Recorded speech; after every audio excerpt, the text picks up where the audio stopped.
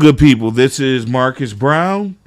We are precluding our normal show Omniversity with Generations this hour. We have a special guest whose name is Drew Mitchell. Drew Mitchell.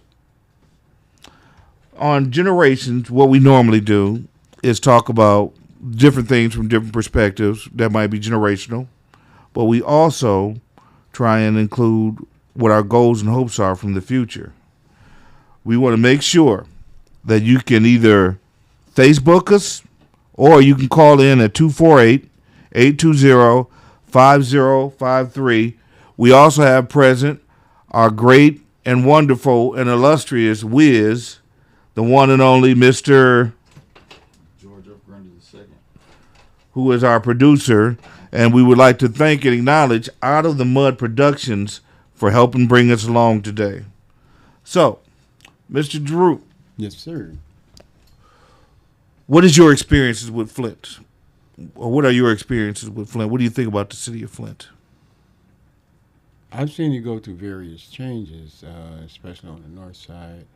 I see at this point where urban blight is being replaced by I don't know the 20-year plan because I haven't went and checked it out, but I see it's becoming a college and hospital town. Okay. Where most of the factories that are coming back are either going to be on the basis where they're going to, sponsor some of those projects. Okay. When did you first arrive in Flint? Back in 79.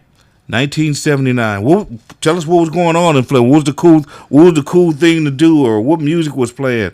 Let's give some of these young folks some kind of perspective of the town that they live in. These young millennials. Back in that day, coming about was in the ghetto. In the ghetto. Yes, sir. Daddy Hathaway. That part. Yes, sir. That part. And Marvin Gaye. Marvin Gaye with Trouble Man. Okay. For me, my mentality. I don't know if that's exactly when it came out or not, but that's when we're looking at the early 70s. It was still kind of fresh back in the late 70s. Okay. So, what kind of clubs were here in the city, or if you're a young man about town, 1979, there's disco out there. What kind of clubs were here in the city? Piece of the Rock, Jolly Six. Piece of the Rock. Where's Piece of the Rock at? It was on Harriet and Saginaw Street. Okay, was that considered a disco or just a nightclub? Or? It was a nightclub, and if it were in Detroit, it would be like a ballroom. Okay. But they had a live band and so on and so forth. That was the after hours nightclub. Okay. What other clubs were here? Like I said, I wasn't really into those club scenes and things like that. Jolly Six. There was a few others like Hole in the Wall and things like that. There. Okay. But I wasn't really familiar that much with the city. I came here and had to selectively include myself in the interactions and with people and socializing in clubs and things like that. Okay. Who were the big employers back then that you can remember? I don't know. I didn't. But I think it was the shops. The shops, the factories, and so forth. Factories, yeah. It was before the factories started closing. All of it. It was. I imagine that was back in right before Reaganomics. People had a fear of robots coming in and taking jobs and so forth, and people had a fear of Japanese cars. You couldn't park a foreign car at the plant. Oh, really? For fear that it would be destroyed for you. Destroyed or damaged. It's an Oldsmobile, and you coming in here with a Toyota. Right. Well, I can see it. Yeah, because their actual mechanics were superior. Mm-hmm. They make a car. They give you a 5-year guarantee on it. Yeah, some of the older Toyotas were pretty well made. Mm-hmm. We have to give them credit. They were well made, Right. And we were starting to go through that Friday shop thing. Never buy a car made on a Friday, Right? Like a Ford, fix or repair daily, and the rest of those. Now Chevy ran through. Okay. That was my vehicle. till they put those motherboards in for the electronics and put a computer thing on it. Chips make things different. Yes, they do. Yes, they do. So you seen Flint when it was still having some of its glory days. What were the first signs that things were starting to slip or not go as well as they should in your mind when you being a long-term resident? Do you remember any of the first plant closings or anything along those lines? Or do you remember when crack first hit the scene in Flint or when the drugs became a problem? In all of those aspects, I saw the damage of the crack first. Okay. Because it was being brought up as the shops were laying people off. People were looking for new avenues to, put themselves into. Some that didn't have a mentality of self-ascension or, going forward. Others just took off and left their house and everything else and went for greener pasture somewhere else. So when they started shutting down jobs, a lot of people just started fleeing automatically. Looking for better work. What? Yeah, and since the money declined and crack came in, those caused the congestion of who's fighting for money. Okay. You understand? And those people who had the ability to get large amounts and disseminate it throughout the city by two people who would give the order of things. Mm-hmm. It set up a pretty decent network, but that was all to their ability to go and collect whenever they got ready. All right. So, Brown, you had some announcements or something you wanted to make, right? Yep. Make sure you are able to call in at 248-820-5053. We also have a few PSA announcements. And the first of them is the city of Flint is offering a Flint Youth Employment Program. Ages 15 through 19 can apply for summer jobs Monday, June 17th, that's today, and Tuesday the 18th from 2 to 5 at the City of Flint Service Center on Clio Road. They don't give us an address for that, but look it up online, 2 to 5. Make sure you send those older teenagers, 15 through 19, to the City of Flint Service Center on Clio Road. 6 community organizations will provide summer youth through a $200,000 ARPA grant or allocation proposed by the mayor and approved by City Council.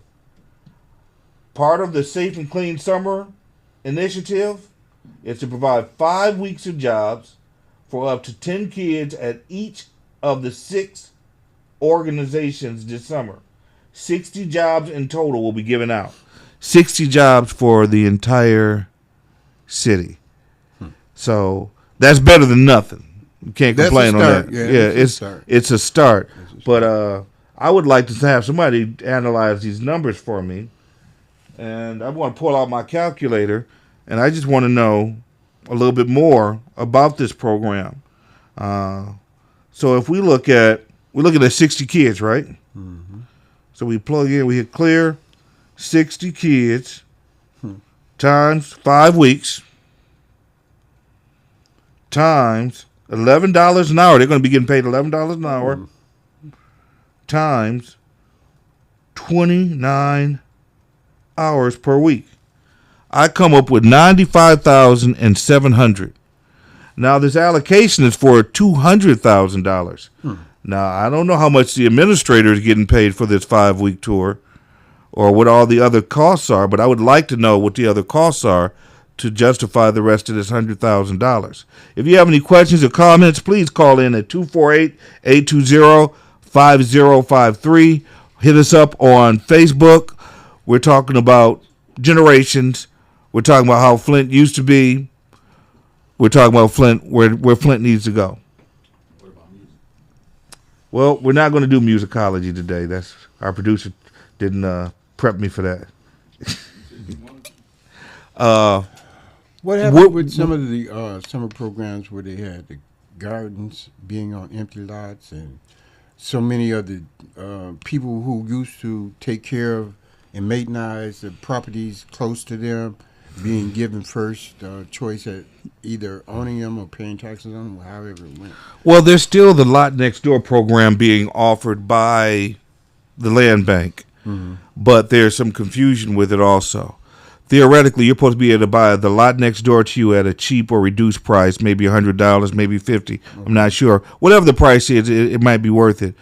But the problem comes in when you get downtown, because the last time I bought property, like a lot next door, they refused to create the survey for the property. They refused to create a new legal description of the property, and they refused to do whatever that $100. You're supposed to pay an additional $100 to amalgamate the property to yours. Right, so you're not paying taxes on the property and your own property. Right. You have your home property, you buy the side lot, you amalgamate these properties to become one. And the last time that I was down there, they refused to, or they said they weren't doing the survey part, which could cost up to $1,000 to have somebody do a legal description, draw a picture of the property. Set the boundaries on it. Yeah, and do all that. So I think that needs to be investigated further. But if it were me, I would try and buy land. Land is a great investment. It fluctuates in price from time to time. Starting to get a whistle over here. It fluctuates from time to time, but it's always something that they're not making any more of. Right. So you can find more gold. You might be able to find more diamonds, or they might be able to create. They can create diamonds now. Right. So the diamond industry is artificial now. For industrial purposes, they can make diamonds. But there is still the side lot program. Where do you see the city of Flint going in the future? Right now, we're dealing with blight issues and dumping, and we're dealing with some crime. Where would you see the city of Flint go in the future? I think it's going technological. You think it's going to get more technological? Yes, sir. Well, I'm trying to encourage some solar people to come in and talk with us about putting solar panels here and there to help people save money on bills, and also to make the world more green. But I would love to see kids learning how to program and develop some of the programs that everybody's using. Maybe the next Facebook could be designed by a kid from Flint, or maybe the next what do you call that crystal game? Animal Farm, whatever game is out there, Angry Birds or whatever. I've seen them put barriers on people producing inventions that will turn things more greener, like gasless cars. Say the industries that don't want certain technologies to come about because it would tear down their long-standing use of many of the products of Earth. Funny you should mention that, because I just talked to you about solar. There is actually a lobbyist group sponsored by, or allegedly sponsored by, DTM and Consumers Energy that's actually fighting against residential solar, because they don't want to have to give the kickback to people who produce the energy, or they want to put a limit on it. So there are lobbyist groups already working against solar. And it seems kind of counterintuitive. We need solar. The world, the environment's changing, and we're doing destructive things with fossil fuels to the environment. Totally. I have from day one. And I know that people are vested in the oil industry, but it's a limited resource. We don't have enough oil to last the way we've been using it for another 100 years. Maybe they'll come up with something synthetic or something that might be able to take its place. But we need to start looking at some green energies. And I think you're right that Flint should have a hand in some of the green stuff that might be coming along. Under Thrive, I don't know much more than that name, they have about 50 innovative alternatives to everything that's being used out here. Okay. Including bringing in the radio and etheric frequencies to produce electricity, which could be done anywhere in the world with a few little minor machines that transfer the power from that to wherever you want it to go. And the person that had done it was Tesla. Not Tesla? Who was it before Tesla? Imhotep. Imhotep. Yes, sir. You know, I've seen some stuff come out of the pyramids where they said the ancient Egyptians were doing electroplating. The ancient Egyptians had batteries, direct current batteries and so forth. They were doing a little AC, DC, Yes, and sir. that the pyramids are actually power structures and not really tombs. Right. I think that needs further investigation. Some were power structures and some were actual spaceships. But you have the Edison Tesla debacle where Tesla said that energy was best used one way and Edison said the other way. Edison winds up winning the whole thing, and Tesla doesn't get credit till now for discovering radio. They gave the credit to Marconi, but now they're saying that Tesla might have had more to do with it.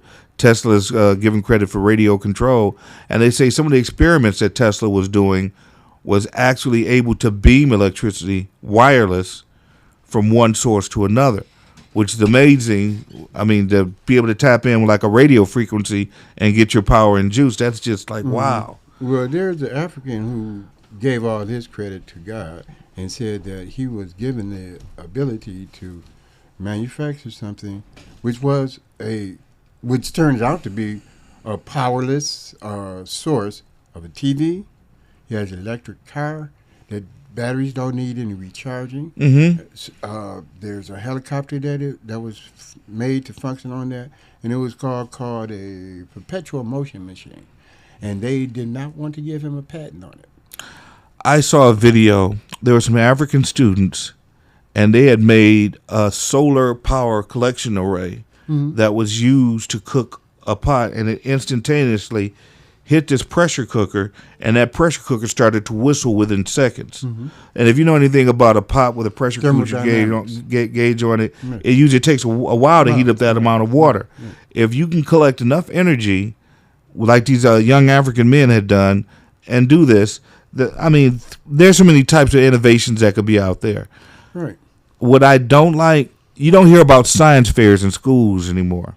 And what I would love to see is a return to science fairs, a return to spelling bees, a return to creative and critical thinking. Yes, sir. Where we have music back in the schools, where we have art back in the schools. Because when you think about it, all right, industry is gone out of America.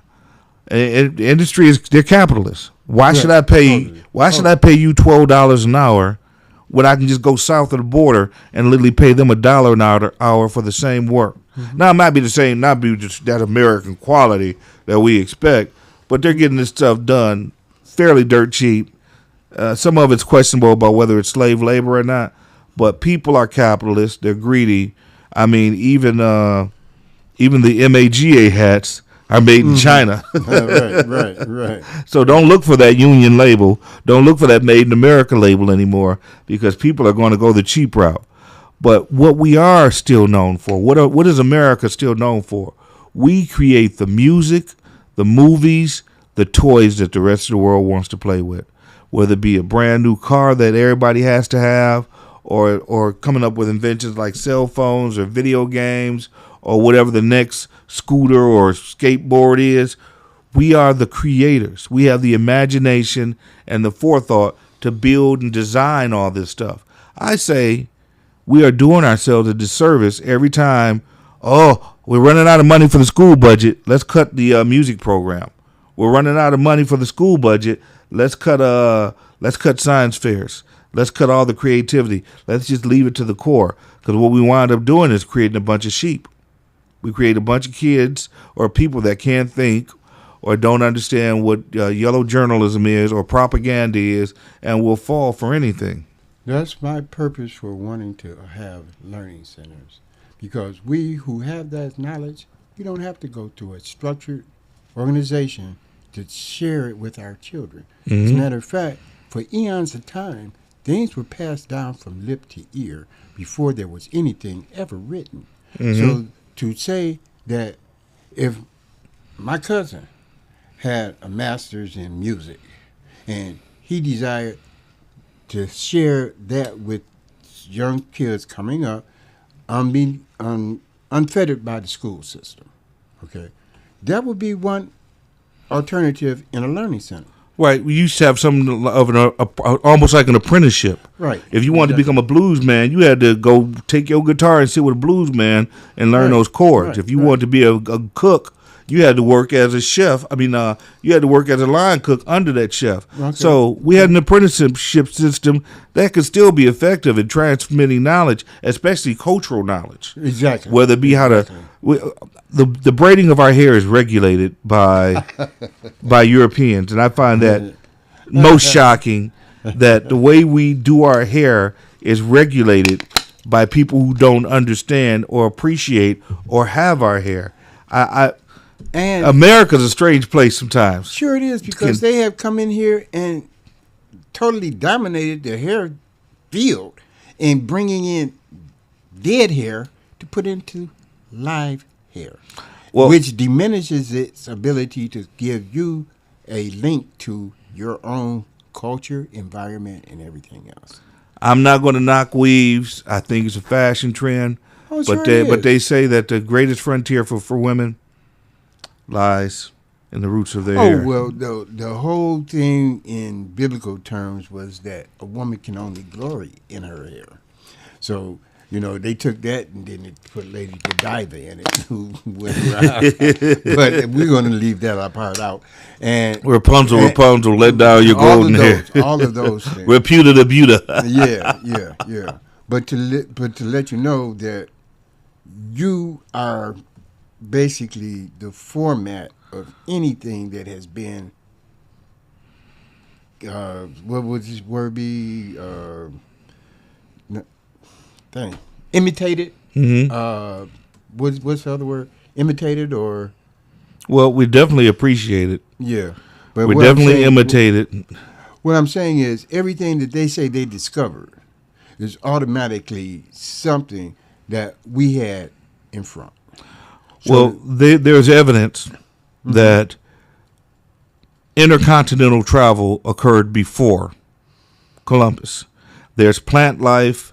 There's culturally significant things like pyramids and Olmec skulls and different types of plant that could not have originated here in the Americas that already existed before Columbus came here. And there are documentations from certain tribes who said a number of their people left and did not return. The story is back in ancient times. There was a gentleman by the name of Mansa Musa, who historically is the richest man in history. Right. This man was so rich that he devalued gold below silver for about 7 to 8 years when he went to Mecca. To Mecca to do his Hajj in Mecca. He traveled from West Africa, all the way to Mecca and back. And during his travels, each of the slaves and each of the warriors that were with him carried a cane or a stick that was basically all gold coins on that whole point stand. 300 camels. Laden with gold.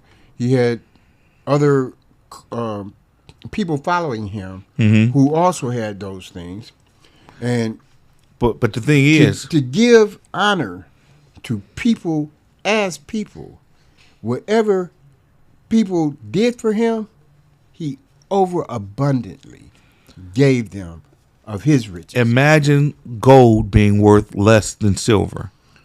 And he did that. He destabilized the world economy. For at least a dozen years. But Mansa Musa had a brother. And I can't remember the name of the brother right now, but it's said that he took 200 ships. Right. And traveled to the east. And if you travel to the east, eventually you're going to hit North America or South America. Right. And there's a lot of people who say those original natives that Columbus ran into were extremely dark-skinned, and some of them had curly hair, and there is genetic and DNA evidence to say that people got around a lot more than we expect, or a lot more than the history books will tell us. That's right. I'll leave it at that. Right. Remember, you can give us a call at 248-820-5053 if you want to chime in and talk about anything that we're talking about. I have a couple other PSA announcements for you. We have Juneteenth celebrations going on. And those Juneteenth celebrations for today. Let me blow this up. Monday the 17th, there's a financial literacy and financial justice meeting going on from 4 to 7, so you can still get there in time to learn about financial literacy and financial justice. That's something important to our community, and we also need to learn more about family wealth and how to pass down family wealth. Don't just let grandmama's house get taken back for taxes or for a water lien. All right, tomorrow, Tuesday the 18th from 6 to 9 p.m., Legacy and Literacy, Hasselbrain Senior Center, 1002 Home Street, Flint, Michigan. Legacy and Literacy. I reckon I might be talking about our history that has been written down, but there's also a history we need to start writing down right now. We should have ethnographers, or if I had those kids that they're talking about putting to work, I hope to God they don't have these kids working in those fields trying to get rid of blight. It would be better to get these kids cameras and have them go around and interview people and ask them when they first arrived in Flint, or how their family arrived here, or how the water crisis impacted them, or ask them what they believe the future of Flint should be. I think it would be a great opportunity to do an ethnographic study, not just of black folks, but of everyone who lives in Flint and has been recently impacted. There are stories that need to be told, and I'm thinking that that's one form of legacy and literacy that a lot of people can appreciate. Well, they used to have a cleanup thing where they would take dumpsters and put it in various areas, and that was during, what's his name, Williams. Williams wasn't here. I'm a recent migrant here, but we've seen projects like that in other places too. Then at that time, it was nowhere near the conditions that they are now, where abandoned houses were that are dilapidated and falling down, and people have been dumping around them for so long and so long. But they could just take I would feel as though they could take a bulldozer and I don't know how many semi-trucks full of trash, some doggone where, and move it out of the areas where people still are. They might be one or two people on the block now, but the rest of the houses are dilapidated and trash is surrounding them to the street. It's kind of scary, and I hate to say this, but I was born and raised on the east side of Detroit. Okay. And my neighborhood no longer exists. I want you to imagine hundreds of houses in Pole Town. Now it's just farmland. My grandmother's house is still standing, but it's like literally miles and miles of farmland now. Wow. Where there used to be house after house after house, people that worked the factories and stuff. Is the farmland being productive? I wanted to purchase land in Detroit and plant groves of fruit trees and put in greenhouses. The land that I was looking at suddenly got bought by somebody else, and they put in greenhouses and fruit trees. I'm like, that's a coincidence. Not really. But that's part of what I'm doing up here right now. I have 3 greenhouses, and I'm planting fruit trees over on the north side. Because they're gone. They are gone. Well, 100 years from now, people might not know who planted the trees. Most important thing is people got something to eat. That's right.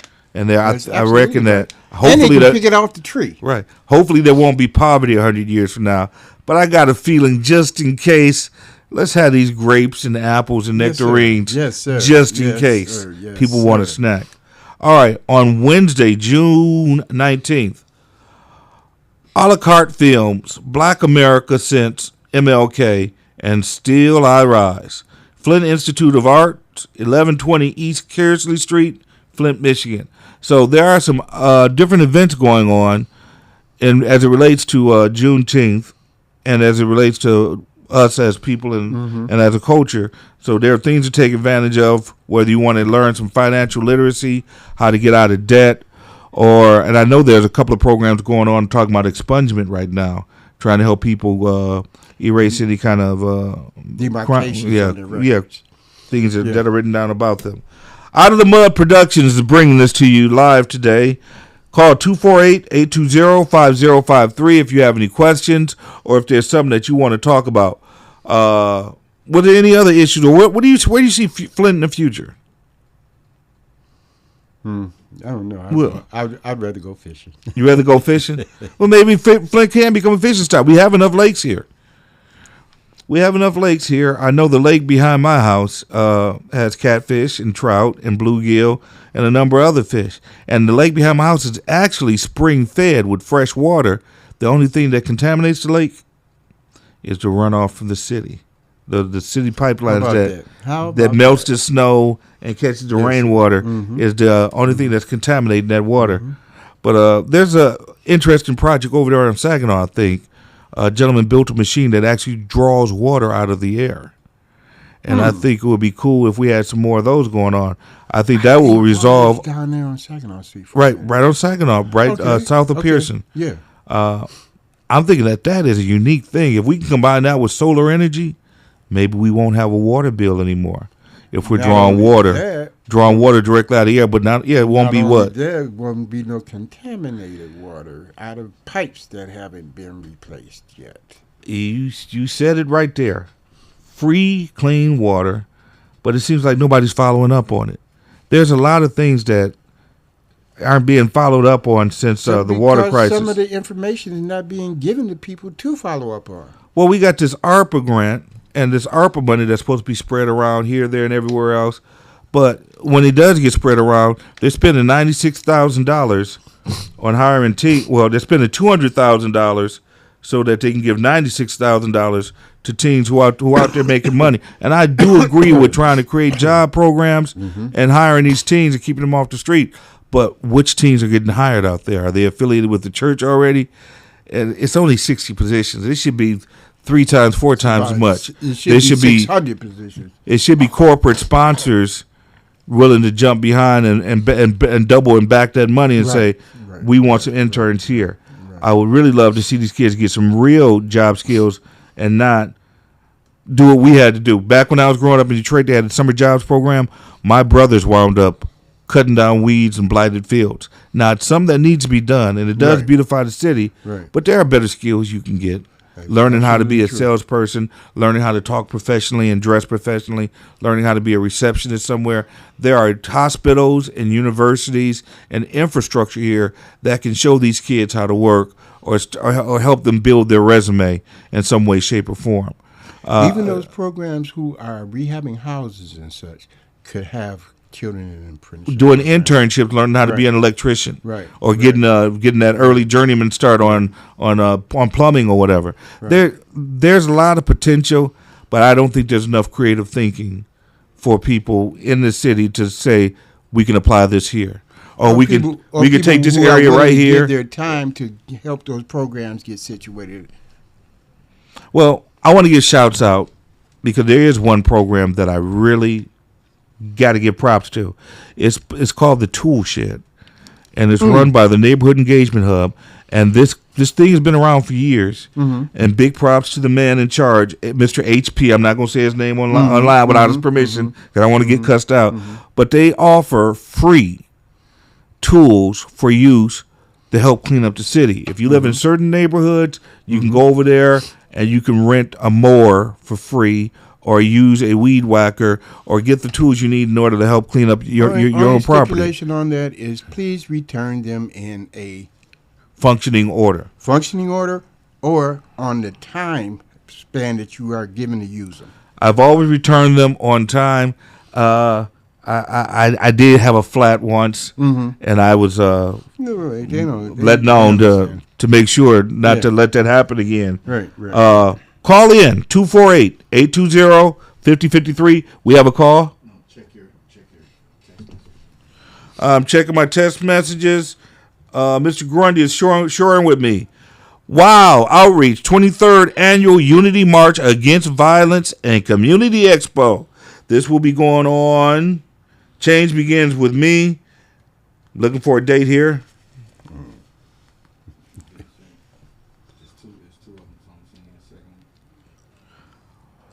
We do need something to deal with some of the violence that goes on inside the city. It's sad, but we need to start manning up and saying, you know what? I don't need to fight in order to prove that I'm a man. I don't need to go through all this craziness that damages me and another family, or damages or leaves vacant spaces where fathers should be, especially after Father's Day. Let me read this date. Save the date, 23rd Annual Unity March Against Violence will happen on Saturday, June 22nd, 2024, 10:30 a.m. People will gather. 11:30, there will be the Unity March. 1:30, there will be a community expo. This is happening all at Ballinger Park in Flint. Secure Resource Table is being is a sponsoring partner. Lend a helping hand. Wear a remembrance T-shirt of some sort for this event. So we want to gather in peace this Saturday at Ballinger Park for this anti-violence march. I think it's a great idea, and make sure you wear your sunshade or you got some kind of cover. Dress appropriately, please, because if it's hot, as they say it's supposed to be getting, they're talking about 90 degrees coming to Flint soon. So make sure you're taking care of yourself. Make sure you check on the elderly out there who might not have central air, and make sure that the animals that you might have are getting enough water and everything else. We had a little sprinkle this morning, but that doesn't help deal with these 90-degree temperatures. So make sure you're checking in on your people. Make sure the kids who are going outside and playing are drinking water and getting hydrated, drinking bottled water, not the tap water. But there's a number of things I have concerns with that seems like they're not being followed up on. There was supposed to be a research thing done for the schools and between the schools and the health department where we could follow and track to see if the lead had an impact on behaviors. We haven't seen anything on that. That's right. We haven't seen anything on a few other things, like we haven't heard anything about the $600 million that people were supposed to be getting.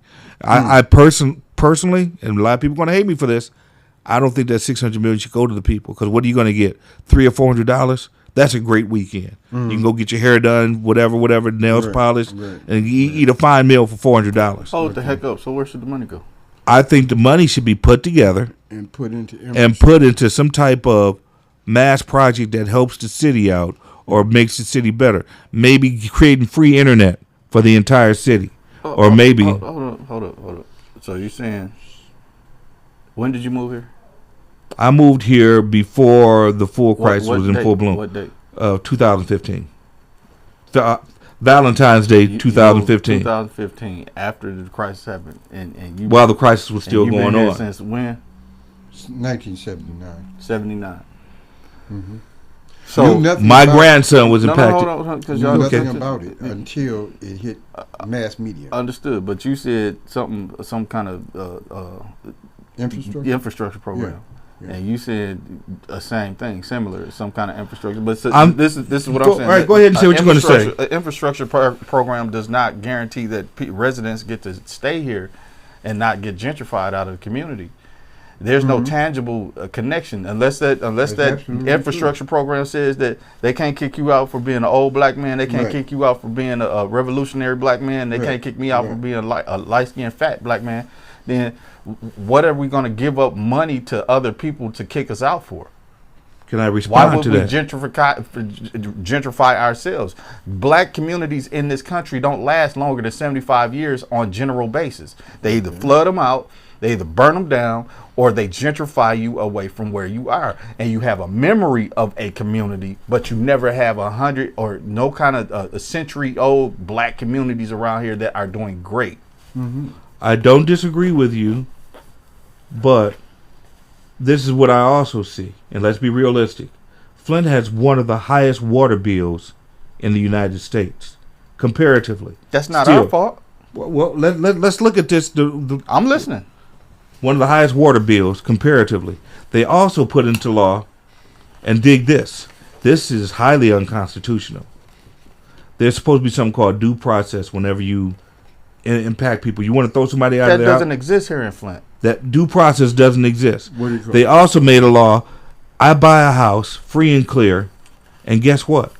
Flint has the right to put the previous owner's water bill on me, not chase the previous owner who used the water. I understand. There is a mission. The legal system does not work in Flint the way that it's supposed to. Oh, it works. No, it don't. Mm-hmm. It works. It doesn't work for the people. It works improperly. It works on behalf of the half. It works on behalf of the Snyders. I ain't putting no names on No. it. It works on behalf.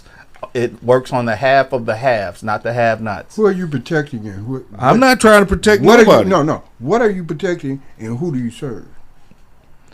Now, where's that question coming from? That's come In from what me- sense? That's come from me looking at that card to say that every time it passes me. To protect and serve. Okay, gotcha. Who are you protecting? What do you serve? Gentrification is coming to Flint. Mm-hmm. Houses It's are not being coming, it's here. houses are being gobbled up left and right.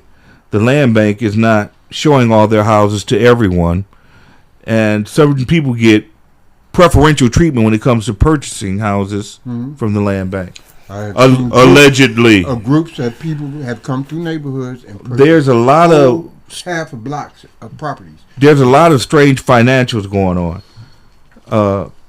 I want to question that $200,000 that's only going to give kids $96,000. Now maybe there's an administrator that's going to get paid $100,000 for 5 weeks of service. Maybe it is justified on some way, but those kids are still paying taxes on that money. So it's not that these kids are getting the full-fledged amount. They're getting taxed just like everybody else. There's a lot of questionable things going on in Flint, but who's going to pursue it? When I tried to get a lawyer in this town, we're already on retainer to such and such. There aren't that many lawyers left in Flint, number one. And the ones that are left in town are either on retainer or don't do the type of law that we need them to. We need lawyers that will do property law to help people save their houses. We need people that are going to be willing to take up a case against the city or the county or whoever. I got triple taxed on a property that I bought because somebody didn't file my paperwork. And I got proof I turned my paperwork in on time. And then when you try and call the treasurer or try and call anybody else, sounds like you need to go get a lawyer or whatever. I'm like, what happened to justice? What happened to the ombudsman that we were supposed to have? There's a lot of things. There's a lot of things that are missing and a lot of things that need to be questioned. And I think the state is scared to step in because when the state stepped in before, they really messed up and helped cause the water crisis. I think the Fed is scared to step in because they said, well, if the state of Michigan got jacked up trying to help out Flint, what's going to happen to us if we go in there? But well, how they're going to blame us are you going to for say it. that the state and the feds are scared of a small city? On what basis would they have to be afraid of Flint and the politicians and the state here? Came in, they messed up. And Snyder deserves to be sued. A lot of those people should be facing charges, but the law does not work for the small people. The law does not work when it comes to finding out who's really culpable. People died from Legionnaires. Okay. Kids suffered. Lead has the power to decrease intelligence. Literally, you get lead in your And brain. deform. Right. You get certain. It affects the living and people that are not living yet. So you have a lot of different things that happen with lead, and it seems like Flint, to a degree, has been forgotten by the rest of the world. But this is starting to break out in other places also. This is third world America, and I'm not trying to protect or defend it. So why did you move here after you knew that there was a water crisis? I lived in Lansing, and I ran a community center. My community center fed kids and put coats and hats on kids and did a lot of other things. I thought Flint could benefit from a similar program. And when I tried to meet with the mayor at the time, I got blocked by one of her assistants, one that's reputed to have been allegedly shot in the behind and used to do some other things. And then when I tried to meet the next mayor, I almost got arrested for trying to wait for an appointment. But I had a successful community center, and I want to try and bring the same thing here. But right now, the best I can do is give away free fruits and vegetables and free assistance with starting gardens. So, but we do have some. That's why I moved here. We do have some people with similar interests, and maybe they'll be listening. But James and I both know them, and we'll be in touch with them to be in touch with you, and we can do things outside of what the city just allows. But we already agree that there's no full justice here. We already agree on that. This is a interesting town when it comes to trying to get a lawyer or trying to get full justice. What the best we can do sometimes is be our own hero. That's the part. That part. Be our own hero and try and do for ourselves. What I'm doing on my 8 acres of land on the north side, inside the city limits, is I'm trying to grow fruits and vegetables, and I'm trying to teach other people how to grow fruits and vegetables. I'm also giving away free dirt, compost, Oh, you were going. and I'm also giving away free plants from time to You're time. finna be in demand. So the best I can do is the best I can do. Okay, Sometimes you got to become your own hero, that's right. because sometimes there isn't absolutely justice out there That's on the absolutely on the main street. So And that does go far to changing the thinking of those who don't feel there's anyone concerned about it. I think truth comes out, and it might take 10 years, it might take 15 years. Some of these people are going to the people who poisoned Flint got away with it, and I wish people had protested more or stood up, but we don't need to tear the city up any more than it already is. Okay. We don't They need got that. away. So people got away with it. But why did they get away with it? Why? Because they have the lawyers and the power and the money. And when it comes down to it, money talks. So to me, that's So they lined their pockets and ran with it. I believe the people that got away to this point got away because folks didn't get agitated enough by being poisoned and pick up whatever it needed to be picked up. Whether if your words wasn't working What? and your protest wasn't working, then you become violent. You tried to kill me. I would tend to agree with you, but it takes an internal home-born hero and voice to voice that. Somebody coming from the outside saying, hey, you guys need to be doing this, that, and other thing sounds crazy. That voice has to come from the inside. I'm born in Detroit. I lived in Lansing for over 20, 30 years. I don't consider myself a Flintstone. I consider myself an immigrant. I have love for this city and people in this city. I want to see the city do well, but it's going to take a homeborn hero And based in on order how to Michigan improve set things. up, you are an immigrant because Michigan is a very, very, very territorial place. Right. You know, if you from wherever you from, whether it be Detroit, you from a certain side of Detroit. You can't claim all of Detroit. You from whatever neighborhood of Detroit you come I from. feel if I move to Detroit, I feel comfortable moving anywhere in Detroit. You're a grown man, but Right. as a young adult or somebody that grew up in Detroit, so you was claiming the whole Detroit. It wasn't no sections, and you had a certain group that you was with. Please don't. Please tell the When see truth. what you're talking about, you most cities have gangs that are territorial. I ain't Yes, talking about gangs. absolutely I'm just talking about okay. We got. I was Beecher, born we got on the- Selby Hood. I we was got born on the Merle east Hood, side of and Detroit. it's all Flint, but they different communities, different neighborhoods. They have. But I different felt comfortable moving. experiences.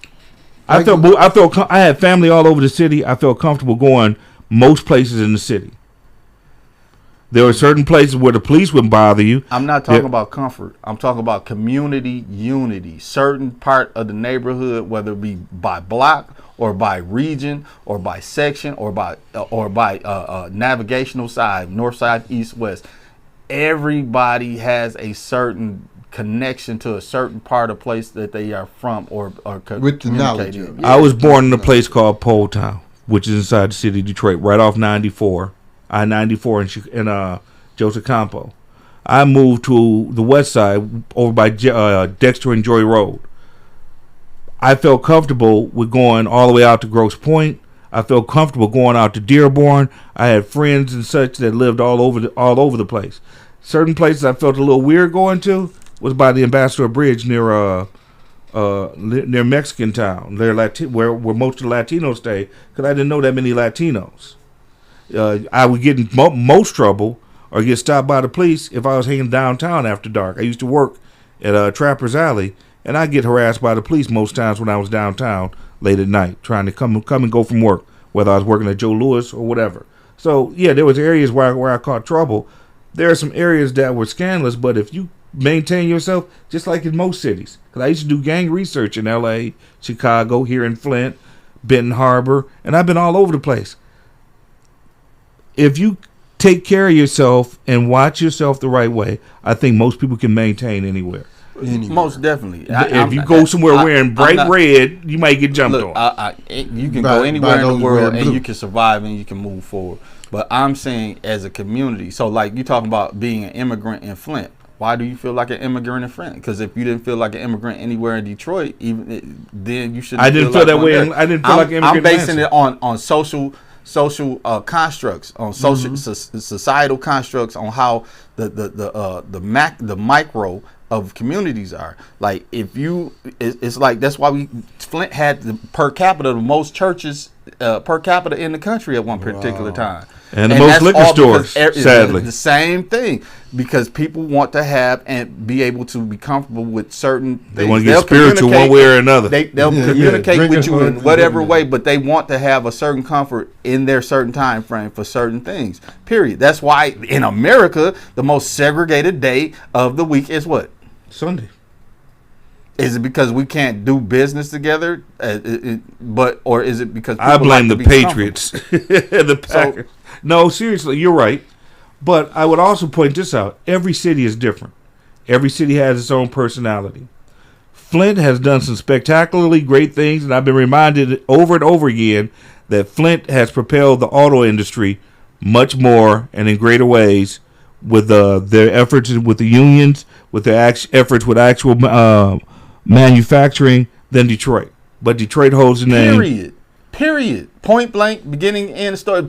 General Motors started here in Flint, Michigan. All right. Okay, Durant, he was the one that had the first auto set click and created the automobile gang from Chevrolet to Cadillac to there's Mercury a car culture here that still worship. The gang started here. The gang started. We are the MS-13 of automobiles here. Okay. So and then you guys are still. And then we had the. You're still giving prop to the auto industry, even though the auto industry left y'all what? High and dry. I'm not talking about that. I'm talking about the all eyes on Flint. The industry that was created, which created a certain mentality and a certain type of person and a certain type of character. I ain't been nowhere on this planet, and nobody could out hustle me, outthink me, or put anything over my head. The only place that anybody from Flint goes, you're gonna be the hinge. You don't have to be the door knob, but nothing like that. You're gonna be the hinge. You're gonna carry the weight of all of that stuff, and people gonna need you, and they ain't gonna understand they need you until you leave. Period. How about that part? Okay. Every city has its own personality. Every city has its light. Every city gets its prop. Flint deserves more props. You got the opportunity to live here in Flint, Michigan because of what Flint, Michigan did. The sit downs for redlining happened here. No kidding. Yeah, I didn't even know that. There were a lot of other love versus. Yeah, but what? Love versus who was it? Love versus City of Detroit. There were a lot of different cases, a lot of different places that helped propel this. That set precedent. Flint has done more than it should. Flint was like, nah, it stops here. Okay. Right. Help and propel is afterwards. It started here. It's like y'all, you saying I make the same money, I do all these hours, and I can't live where Flint I want is an automotive god. So now I'm talking about even the black people want to live somewhere. This is the reason. You're getting louder. We got microphones. That's because I'm from Flint. And I'm getting in my Flint. Okay. Can I ask, Flint deserves. Can I ask how much? 1 second. Okay. Flint deserves all the props.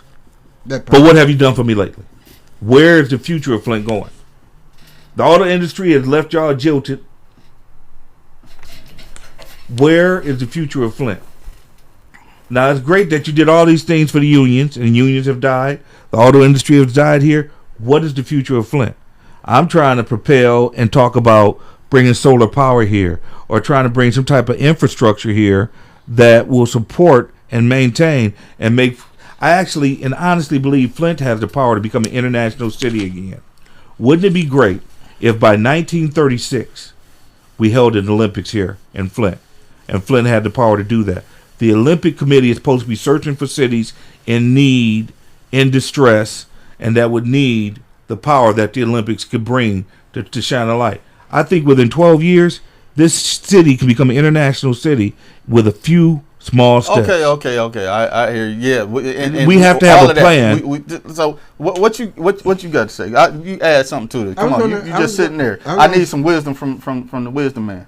I was going to say, how come more people with the knowledge that you have of how those intricacies were not given out to the main or the most people that wanted things to progress, which were being impeded because we have sources, that we can utilize that's not given to the cities and so on and so forth, with people of like minds. You understand? I got an answer for that too, and ain't nobody gonna like it. I know it. Call in 248. That's the part that I do like. The conversation is getting hot and interesting in here. Call in to 248-820-5053 if you want to give your perspective on the history of Flint, the importance of Flint, and the future of Flint. That's what we're talking about right now. Where should we be headed, and why doesn't Flint get the credit that it should? Okay, so if you give me a little leeway. So going off of what y'all was both saying, what has Flint done for us lately? What and why aren't people with certain types of passion supported? Because Flint is in its own way on a lot of stuff. I'm saying in general, the politics, the legal system, everything. We are number one to a lot of people in a lot of ways, except for inside our own home. That's true. So we can lead on how we give justice or put out justice, and the whole rest of the country, like we want to be like them and how they fight crime and they do all, that's great. But inside the house, what does that look like? Okay, we can have an innovative nonprofit mafia that the whole rest of the country wants to emulate at, but inside the house, the things that you don't see and think, how is that working? Okay, when it comes to being still the automotive powerhouse, the rest of the world still envies the history and the name and the things, that innovative things that come out, but inside the house, what does it look like? So the Flint problem is a United States problem. Like, look, I don't know, I haven't checked it myself, but it was said on social media that the BRIC system has now taken over being the superpower of the petrodollar. What is the BRIC system? The BRIC system is with all these other countries coming together, like Russia, China, and I think it's 15 other nations coming together saying that they no longer want to use the United States dollar as the major currency. They tripping. Who's tripping? They tripping. So I'm trying to figure out, is the lab for or against the BRICS? And see, what I'm saying is this: even terrorists. You know what the number one denomination used by terrorists, by drug cartels, by human traffickers, by different countries and banks? The number one denomination used is the American $100 bill. Even without the gold backing, it's all about those American dollars. Dollar bill, y'all. But it's because it was built on the process of a value, which was oil. So coming back to that, I don't see them getting away from it. So the thing is that, from my perspective, and in this sense, it's a micro, because I don't have the macro on how a global economics truly runs. I don't know how those. They tried to create something called the euro. So the euro was supposed to. Let me get my point across, man. Okay, I ain't said nothing for a whole 40 minutes. So with what's going on, we are seeing a collapse of some sort. Whether or not they have solutions to get around these things, we're seeing a collapse. We're seeing inflation going up. We're seeing the value of everything that we hold dear or held dear changing. Careful when you say hold dear. Why? Things I hold dear don't have a cost.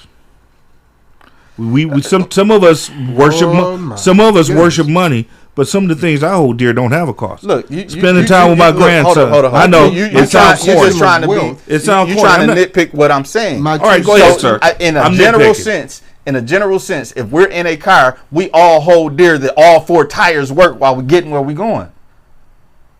You might hold dear the massage thing that you're sitting on while driving. That's not what I'm talking about. I don't care about the massage thing. The thing is, we need the tires to work. We need the engine to run. We need the transmission to work. And we need to be able to get from A to B safely.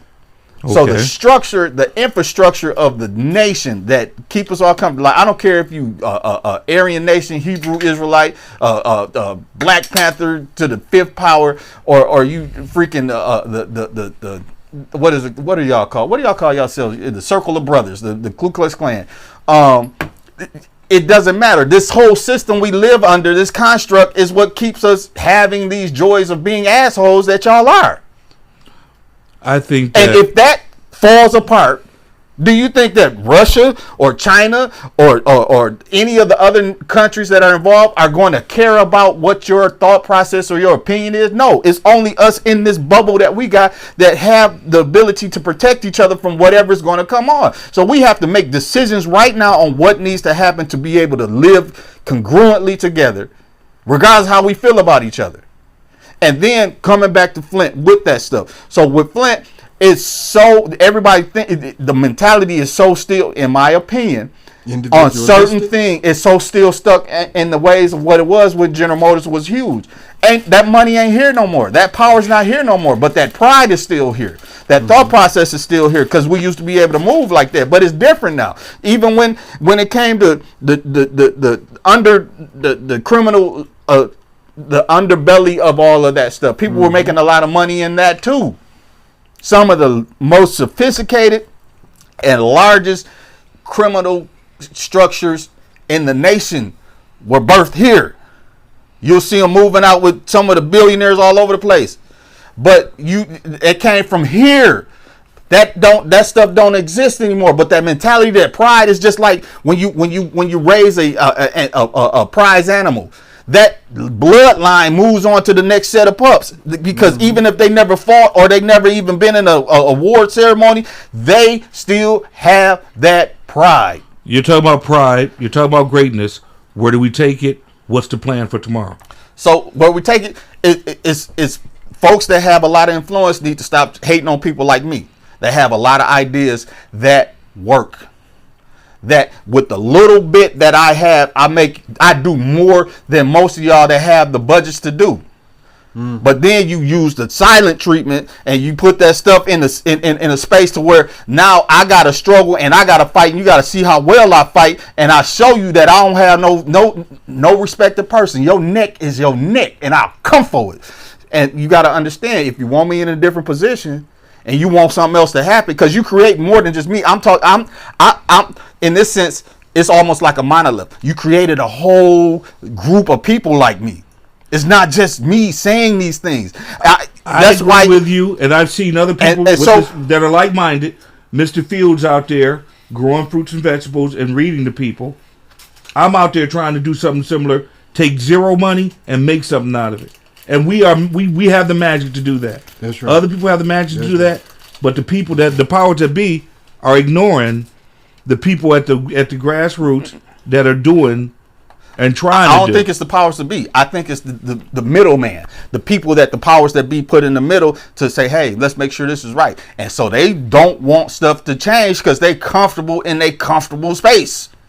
So now they won't let innovation, they won't let creation. So the person that has the most ability don't see some of the things they should see because it's being blocked by their gatekeepers, and they think everything's okay. Very much so. Very much so. So when you don't have to worry about certain things, we have to ask questions directly.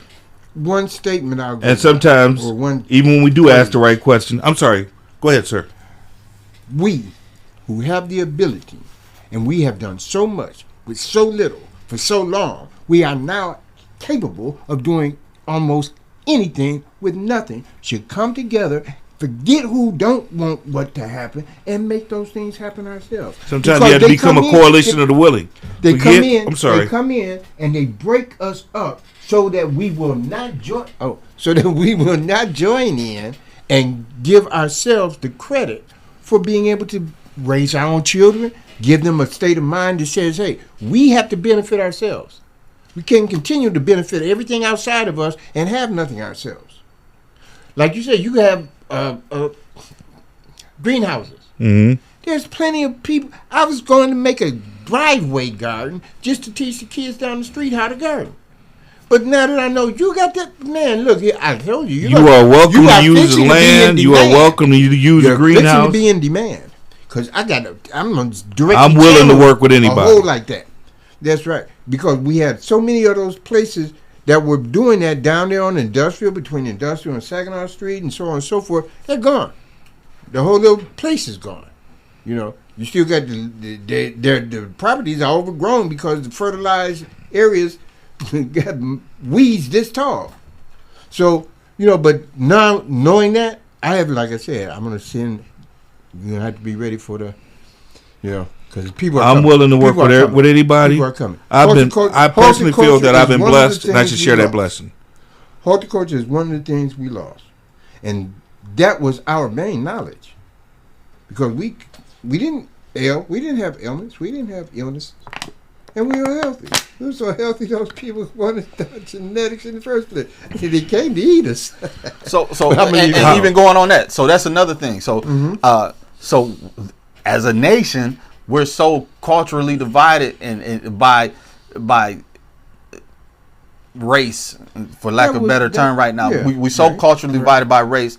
And we still gotta drive. We in this car together. We want the wheels to work for us to get where we need to go. And we so divided. You not black enough, or you certain kind of white. We in the same boat, but I'm the only one rowing. Right. It's like I'm the only one rowing. How stupid are we as people in a general sense to allow kids to be violated mentally where they don't know what to think by the time they're 14, but we can't even come together to shake hands to say that we want to have a better or to a stable community and future for the kids that we supposed to be responsible for it. But we're allowing what we seeing or what America was and what created what was considered the greatest nation is crumbling and falling apart. And now white folk, certain in urban community, let me be more specifically, in Flint itself, the whites and the blacks that had businesses, that had prospering opportunities, that had things going on, ain't none of y'all got nothing. It's all Saginaw Street, Dort Highway,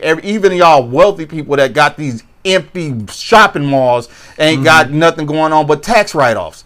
So what is it? So who's really got a real good solution for anything except for the people that you see that are making the money off of all of that deprivation? You have to become, you know what? Let's be honest.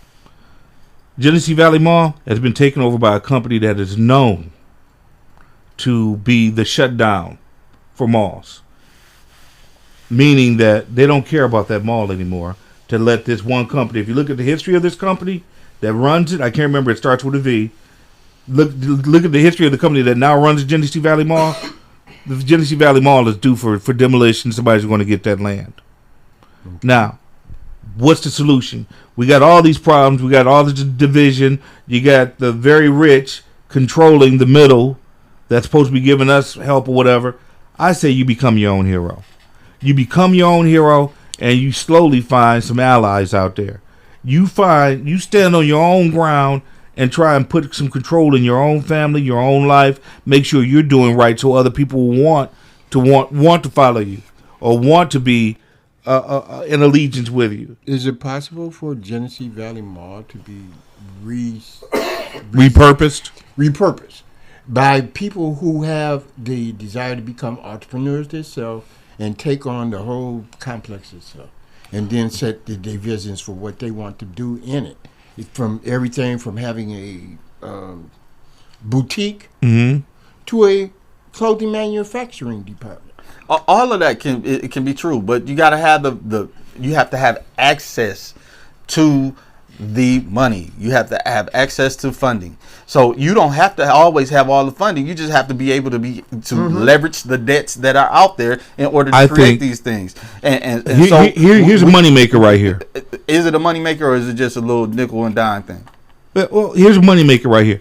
We all know that electric cars are going to become the future, but we also know that logistically, I gotta pause you on that because this is conversations I've already had with people, and we already written up the documents. We already got the plan. Logistically, they don't have enough electrical power. I'm telling you, as a veteran community has already presented to each other sometimes. I'm telling you that we've already wrote these things up. I can call this man here, and he's got a bunch of stuff that he's already presented. And he's already said, and he's already tried to get out, and they shut him down on every lane because they saying that he don't make sense, but he make all the sense because it's in the federal documents. And they're doing it in Saginaw. And they're not allowing minorities and socially economic disadvantaged people to be involved because they saying your ass too small to be in the pocket when the federal documents say that's why this is built, because we want small people to come up. Right. So you're saying it's a bad idea to be looking at it's not a bad idea. I'm saying that we got all these corners stop giving the big dog the props, and then they come and then we be like, okay, yeah. Who am I giving props to? I ain't saying you per se. I'm very passionate right now because I know a person that's already working. There's more than one ideal. I get it. So you've already talked to him. He part of what you're saying is what he's told you.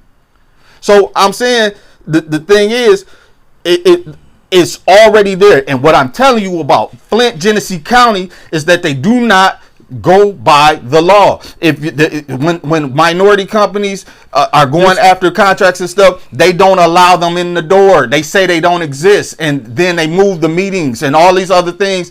Or when you start coming, then they actually do the work, and you see all this new construction going on like you never seen before because a couple people came together trying to get a piece of the pie, and they say no, we got to do the work so it'll get done. So we can't. So they don't have an excuse. What is your solution? And they bring in my solution is the whole thing. So from the FBI to everything involved under that has to be brought. The federal government has to change the whole situation and bring some new people around here so we can get what we are supposed to get federally. And then I would agree there needs to be intervention by powers beyond the city. And then next, the state. What should have happened is when that current governor that was responsible because he was on watch for the Flint water crisis, he should have brought a office here that not just kind of visited, but had an office specifically for Flint, because this is a disaster. This is poison, and it was your fault. Regardless if you did it yourself or not, it was your fault. It was on your watch. So you're responsible, period. You runner. So it should have put an office here. So every fourth or fifth anything that the state had to do happened here in Flint, Michigan, because people can't ignore that stuff. But because you want us to ignore it, and I got indictments on all y'all, my own personals. I ain't got no real indictments. I ain't got no problem. I ain't no Busa. I ain't no calm down. I don't feel like taking you to Hurley later. Ain't no Hurley. And something happened to me. I'm telling you, like this, it's gonna everything. Right. So something happened to me, it'll be happening. But guess what? That one killer it's still gonna happen afterwards. So I ain't stressed. I'm mad. I'm pissed. So I'm putting it like this. After what the state should have put an office here and kept it there. And my indictment again is going to all the politicians that shook my hand, told me they wanted to do something, and then y'all just disappeared, didn't do nothing, and y'all played games, and y'all like la-di-da-di, and gone. Put your face up. And you want to be a part of something, and you want to do all it, but you ain't did crap to help nothing, worth nothing. That's about as much value as you got is what you did. Nothing. We are amazed but not amused by all the things you say you do. Sounds like a Stevie Wonder song, don't it? We are sick and tired of hearing this song telling us how you were going to change right from wrong. If you really want to hear our views, you ain't heard nothing. So next, we talking about the state. We said federal. They need to switch out. Whoever's in charge, the federal, whoever, something needs to change. Because all of the things that should have happened to this point, and all of the things that y'all holding, I understand the relationships. I'm from here. I get it. It's a lot of stuff I'll never talk about. But you ain't doing right about the general population. You just worried about these 32 or 33 different people that do certain things out here and whatever. This is a different place. Let me say it, because I just put my life on the line just now. I just literally put my life on the line. So I'm about to finish what I'm saying. We sit here with you. It ain't your life, because you don't know what I know. And people know what I know. That part. So okay. I just went all the way out. So it is what it is. Go ahead, bro. So with that, it needs to be, y'all either need to move where y'all doing business and go somewhere else, because you interrupting look, I need a piece of the I'm gonna get my piece of the pie, and y'all in the way now. So since I'm already out there, I'm getting my piece of the pie and you in the way. And your criminal activities and what you doing to support these criminal activities is in my way. Okay. Since I'm going all the way out there. I agree with you. With that said, I put you under that protection of one love. We need a plan. With that said, I'm getting to it. With that said, so that now all of my connects, if I still got them, whatever, however that goes. If anybody listens to this, because I know that y'all be trying to marginalize these things depending on what's being said. So I need whoever's listening to this and whoever say they care about me and really care about me to like, share, subscribe, and share, and make sure my voice does not shut up and it's being heard. Because if you know me, I don't just speak for myself. I don't just do for myself, but I'm about to start doing now, because if I do it for me, that means that it's 100 people behind me that's going to eat too. That's right. Period. Not just 5, not just 15, right. Not just a few. The pie's going to get bigger. So whoever you are that want to keep the pie, if I get the pie to get bigger, that means you got more that you can eat off of. So get out the way. 248-820-5053. Out of the Mud Productions. Some real truth, some real hard truth coming at you. Things need to change in Flint. How do we go about making those changes? Where do we need to be putting our energy? Who should we be following? So going to the city now, coming to the city. So like we got, it's such a divide, and you have so many strong voices that are anti everything, anything that count. It don't matter who's the new city council person, what's going on, what ideas they got on. It's always anti this. You never can be satisfied or happy. If I look at your record and you are never satisfied about nothing, you are in the way. You are a problem. You are not for Flint. You just want chaos. You just want mess. If you don't have nothing that makes you happy, if nothing can go on and create an opportunity for our government system to work, then you're a problem. And going on from that, if you are in the government, if you are a city council person, if you are the mayor, if you are a part of any of the county commissioners or whatever, if you are the president of the VFW Genesee County, and you cannot get maximum use of the opportunities that you have for the people that you're supposed to serve, you are in the way. If you ain't doing your job to make sure that the most people can be assisted and help, and if you are taking things on the side, and if you're trying to empower yourself in your pockets, you are in the way. 2015 is when I started the organization that I started. I ain't pocket nothing. Ain't nobody been able to come to me and tell me nothing. Even when the money that I did get during the water crisis, I told them folks 3 or 4 times that I ain't want nothing from them, because I'd rather do it with the $1,300 a month I was getting from the federal government than taking any money and nobody put nothing on my name. Mm-hmm. I grew up here. And I'm telling you that I believe in that code. I ain't sold nothing here, but that code that they taught us to live off of, because I wanted to go home. Make $1. So my mouth, and I ain't accepting nothing. That's why some of the people I never say their name was cool with me, Mr. Grundy, because I held it down. How do we go about getting a coalition behind what you're saying? Everybody stop acting like they can't work together. Acting like just because you think differently, you can't come up with an idea to work together. Like, I'm hearing all these different conversations. I'm sitting here and I'm cool with everybody, but y'all act like y'all got a problem with each other. And if you do, that don't stop you from throwing. I done had people tell me to my face that they want to kill me. I'm telling you, like, well, let's finish this job and then you kill me afterwards. And that's literal. And we did what we had to do, and they moved on because they needed me to do what we needed to do. Fill up the pot and go about the business, and that we need some form of unity. Do it in the manner necessary. Look, I'm like this, and my business partner can tell you, I've been trying to interview somebody that told me they wanted to murder me, and he like, you crazy? Did I not? Yeah. That's right. I need them to hear you. That's right. Yeah, you said that. All right. So I'm saying I'm a different kind of beast. We sit on the brink. I look at the devil in the eye, and I'm saying, what up? That's right. We sit on the brink of Juneteenth. That's right. And people are more interested in celebrating than doing a day of service or doing a day of communication. And we need to be talking about these things in Flint, about how we can get together and push for positive change here.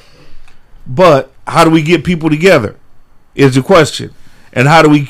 There are forces actually out there that are created to divide us.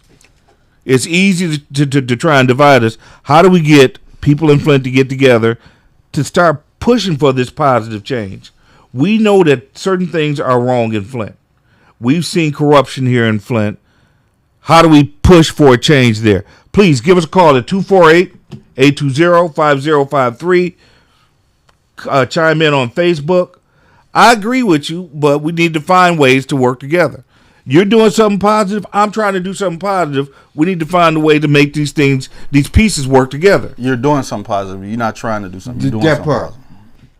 Because I exterminated trash from a lot of people's vocabularies. Do we have any comments from Facebook? Nothing. No, this I don't know. This one is dry, but it's and I saw I'm working. I think they're being look. It's gonna hit when it hit, and once right. people listen to it the next couple of days, then it's gonna hit a little bit.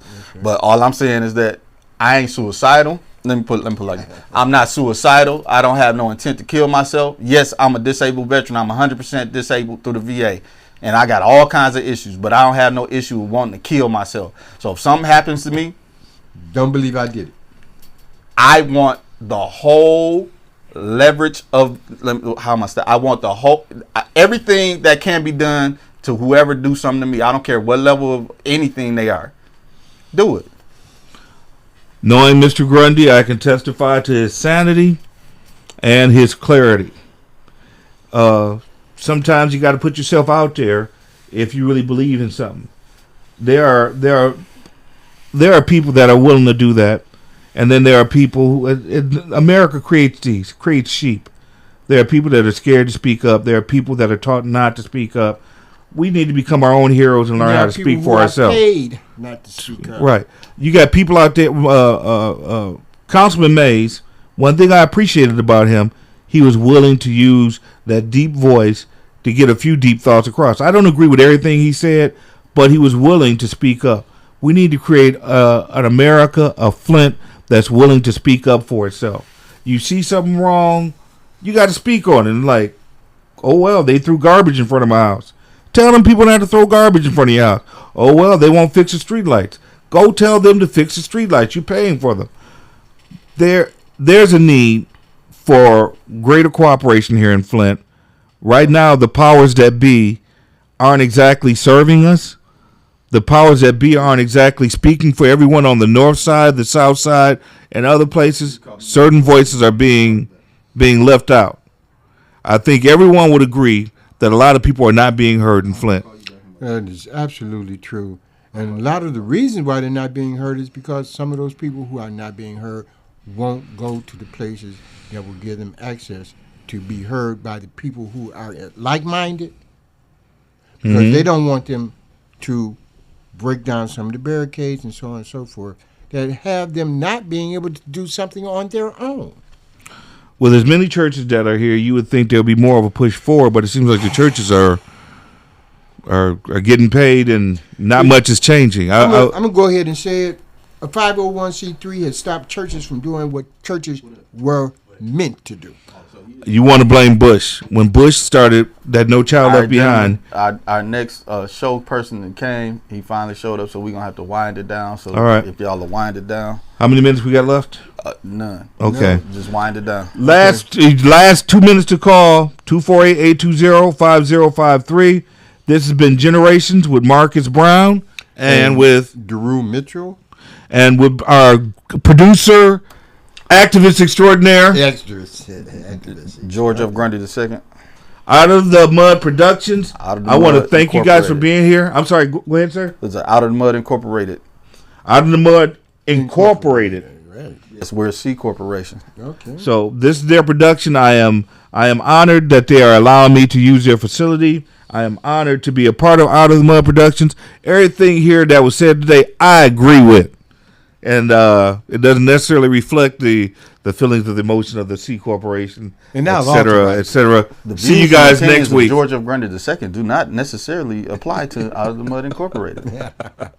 I agree with that one. I hope to see you guys again next week. Send us some ideas for shows or topics, or if you want to respond next week to something that was said, hit us up. Thank you again, people. Y'all have a great evening and be safe.